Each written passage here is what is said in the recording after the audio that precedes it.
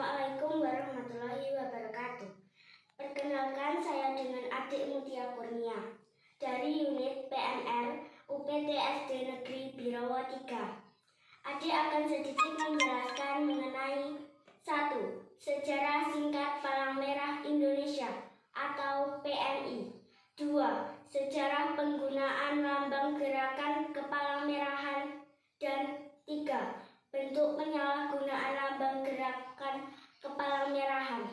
Video ini adik buat untuk memenuhi syarat kelulusan uji kecakapan materi gerakan PMR Mula. Baik, berikut ulasan dari adik. Mengenai sejarah Palang Merah Indonesia yang diawali pada tanggal 21 Oktober 1873, Belanda mendirikan organisasi Palang Merah di Indonesia yang bernama NER-KAI. Tahun 1932 timbul melalui pengajuan proposal ke NER-KAI 1940, namun ditolak. Kemudian zaman penjajahan Jepang kembali diajukan namun tetap ditolak. Kemudian 3 September 1945, Presiden Soekarno memerintahkan materi kesehatan Dr.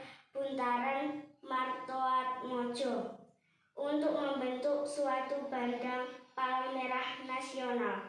Kemudian 5 September 1945, Dr. Buntaran membentuk Panitia 5 dalam mempersiapkan pembentukan Palang Merah Indonesia.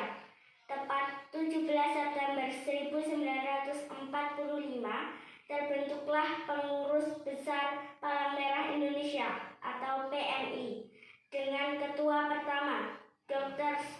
Muhammad Hatta yang kemudian ditetapkan pada tanggal 17 September adalah sebagai hari lahir Palang Merah Indonesia atau PMI. Selanjutnya mengenai sejarah lambang gerakan yang diawali tahun 1863,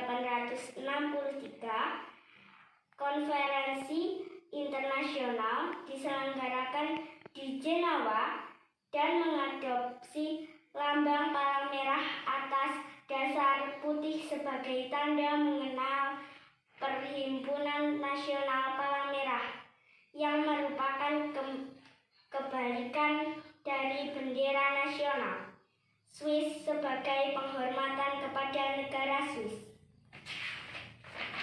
Selanjutnya, pada konferensi tahun 1929, gagasan lambang bulan sabit merah perlahan-lahan mulai diterima, memperoleh semacam pengesahan dalam bentuk reservasi, dan diadopsi sebagai lambang yang sederajat dengan lambang Palang Merah.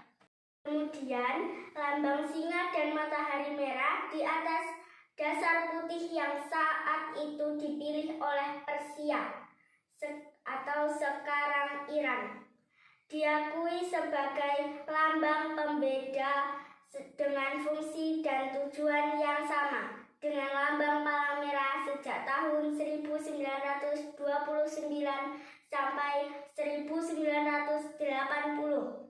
Dan yang terakhir, pada tahun 2005, lambang kristal merah di atas dasar putih diadopsi menjadi lambang alternatif apabila di suatu negara terjadi konflik bersenjataan atau perang atau bencana.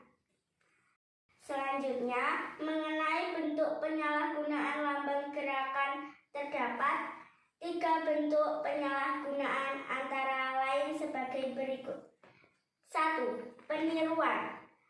Penggunaan tanda-tanda yang mirip dengan lambang Palang Merah, namun sebenarnya bukanlah lambang gerakan Palang Merah.